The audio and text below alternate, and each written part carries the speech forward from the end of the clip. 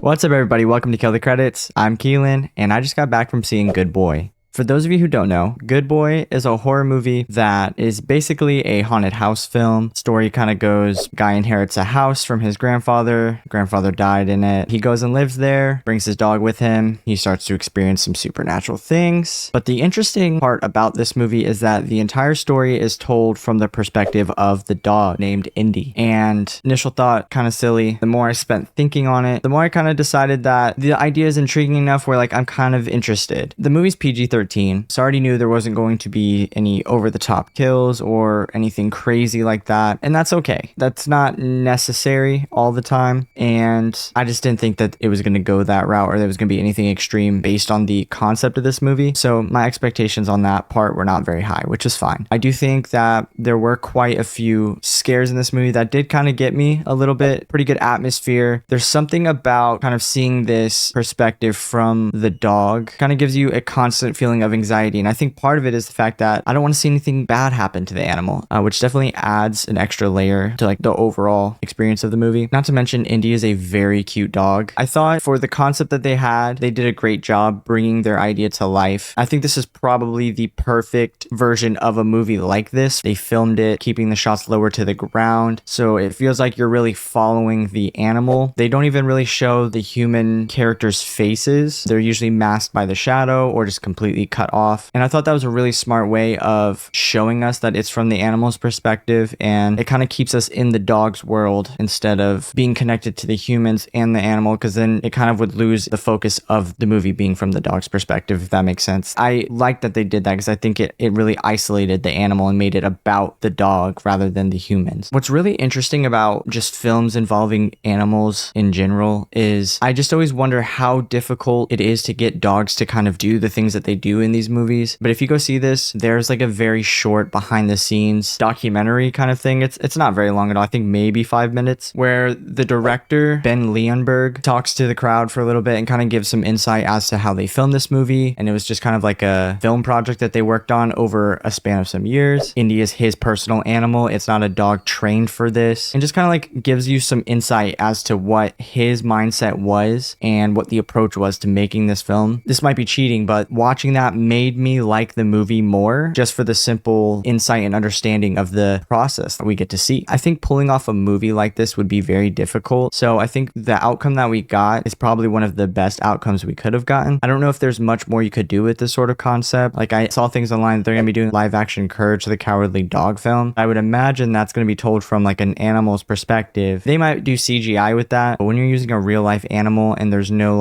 inner monologue that you're listening to, kind of like Beverly Hills Chihuahua. Don't make me beg. You have a lot more control with that. But this, you're basically following this animal and you're seeing the expressions that the animal makes, and you're kind of guided in a way to make assumptions of what the dog's feeling based on the events happening in the house around the dog. There's also something to be said about the metaphorical space in this movie as far as just man's best friend and bond between man and dog, and kind of what lengths our animals will go to protect us. You definitely see that on display. It is honestly pretty fascinating. I don't really want to say too much more than that because there's not a ton that happens in the movie. I don't want to expose too much or really give anything away, because I certainly think that would ruin the experience for most people. But overall, I do think that this is a fun film. For dog lovers, you'll probably really enjoy this movie. It's hard not to kind of laugh at Indy. It's a cute dog, makes cute faces, does silly things sometimes. But now I turn it over to you. Have you seen Good Boy? Did you like the concept, or did you think it was a little too gimmicky? Did you think they went far enough? Did they go too far maybe? Let me know it all down in the comments below. As always, be safe, and I'll see you guys in the next video.